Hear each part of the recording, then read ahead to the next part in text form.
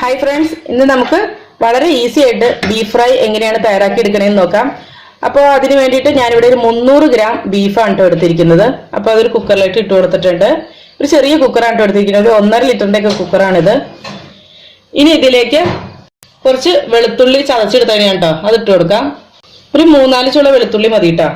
പിന്നെ ഒരു ചെറിയ കഷ്ണം ഇഞ്ചി ചതച്ചെടുത്താണ്, അത് ഇട്ട് കൊടുക്കാം. പിന്നെ ഒരു 1/2 ടീസ്പൂൺ ഉപ്പ് ഇട്ട് കൊടുക്കാം.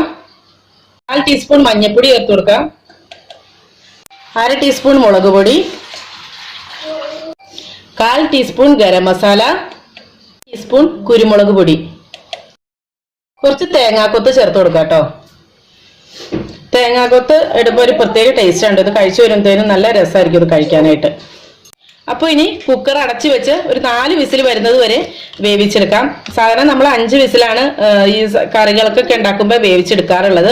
പക്ഷെ ഇത് നമ്മൾ ഇനിയും എണ്ണയിലിട്ട് കുറച്ചുകൂടെ ഒന്ന് വേവിച്ചെടുക്കുന്നുണ്ട്. അപ്പൊ അതുകൊണ്ടാണ് 4 വിസിലേ അടുപ്പിക്കുന്നുള്ളൂ. ഒട്ടും വെള്ളമൊന്നും ഒഴിക്കേണ്ട കേട്ടോ. നേരെ നമ്മളിത് അടുപ്പത്തേക്ക് വെക്കുകയാണ്. ഇപ്പോൾ ഇത് വെന്ത് വന്നിട്ടുണ്ട്.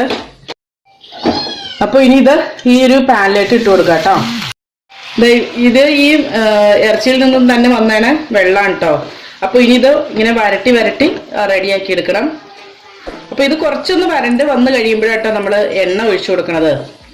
ഇപ്പൊ ഈ വെള്ളമൊക്കെ വറ്റി വന്നിട്ടുണ്ട്. ഇനി ഇതിലേക്ക് 1 ടേബിൾ സ്പൂൺ വെളിച്ചെണ്ണ ഒഴിച്ചു കൊടുക്കാം. ഇങ്ങനെ ഉണ്ടാക്കുമ്പോൾ ഒരുപാട് വെളിച്ചെണ്ണയുടെ ആവശ്യമില്ല കേട്ടോ. പക്ഷെ എന്നാൽ എന്താ പറയാ, നല്ല ടേസ്റ്റുമാണ് കേട്ടോ. പിന്നെ അതിലേക്ക് കുറച്ച് കറിവേപ്പില കൂടി ഇട്ട് കൊടുക്കാം കേട്ടോ. ഇതിനകത്തേക്ക് 1/2 ടീസ്പൂൺ കുരുമുളക് പൊടി കൂടി ചേർക്കാം. പിന്നെ ഒരു 1/4 ടീസ്പൂൺ ഗരം മസാല കൂടി ചേർക്കാം. ഇനി നന്നായിട്ട് വഴറ്റിയെടുക്കണം.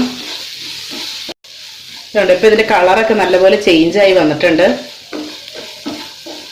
വെളിച്ചെണ്ണ ഇപ്പൊ ഒഴിച്ചു കൊടുത്തതിനോട് നല്ല രസമാണ്. വെളിച്ചെണ്ണയുടെ മണവും ഈ കുരുമുളകും മെക്കയും കൂടി നല്ല എന്താ പറയാ, കഴിക്കാൻ കൊതിയാവണ ടൈപ്പ് ഒരു മണം. ഇതിനകത്ത് കുറച്ച് ഉപ്പ് കുറവുണ്ട് കേട്ടോ. അപ്പൊ അതിനൊരു 1/4 ടീസ്പൂൺ ഉപ്പും കൂടെ ഇട്ടു കേട്ടോ. ഇതപ്പോൾ അങ്ങനെ നല്ല ടേസ്റ്റി ആയിട്ടുള്ള ബീഫ് ഫ്രൈ റെഡി ആയിട്ടുണ്ട്. നല്ല ടേസ്റ്റാണ് കഴിക്കാനായിട്ട്. അപ്പോൾ ഇനി ഇതൊരു സെർവിങ് പ്ലേറ്റിലേക്ക് മാറ്റാം. ഇതപ്പോൾ നല്ല ടേസ്റ്റി ആയിട്ടുള്ള ബീഫ് ഫ്രൈ റെഡി ആയിട്ടുണ്ട്. ഇതിങ്ങനെ ഒരു പ്ലേറ്റ് കൊണ്ടുപോയി വെച്ച് കൊടുത്തേക്കാണെങ്കിൽ അത് മൊത്തം കഴിച്ചു കൂട്ടും എല്ലാവരും, കാരണം അത്ര നല്ല ടേസ്റ്റാണ്. അപ്പോൾ നിങ്ങൾ ബീഫ് ഫ്രൈ ഒക്കെ ഉണ്ടാക്കുമ്പോൾ കുറച്ച് അധികം എടുത്തിട്ട് ഉണ്ടാക്കിക്കോട്ടോ. കാരണം വെച്ചാൽ ഇതിപ്പോൾ 300 ഗ്രാം എടുത്തിട്ട് ഈ ഒരു ചെറിയ പ്ലേറ്റിന് ഇത്രയോ കിട്ടിയിട്ടുള്ളൂ. ഇതൊക്കെ 1-2 പേര് കൂടി കഴിക്കുമ്പോഴത്തേനും തീരാനല്ലേ ഉള്ളൂ. അപ്പോൾ ഇതെല്ലാവരും ഒന്ന് ട്രൈ ചെയ്ത് നോക്കുക. എന്നിട്ട് നിങ്ങളുടെ അഭിപ്രായങ്ങളും നിർദ്ദേശങ്ങളും കമൻസിലൂടെ അറിയിക്കുക. ചാനൽ ഇതുവരെ സബ്സ്ക്രൈബ് ചെയ്തിട്ടില്ലെങ്കിൽ പ്ലീസ് ഒന്ന് സബ്സ്ക്രൈബ് ചെയ്ത് സപ്പോർട്ട് ചെയ്യുക. വീഡിയോ ഇഷ്ടമായിട്ടുണ്ടെങ്കിൽ ലൈക്ക് ചെയ്യാനും ഷെയർ ചെയ്യാനും കമൻറ്റ് ചെയ്യാനും മറക്കല്ലേ.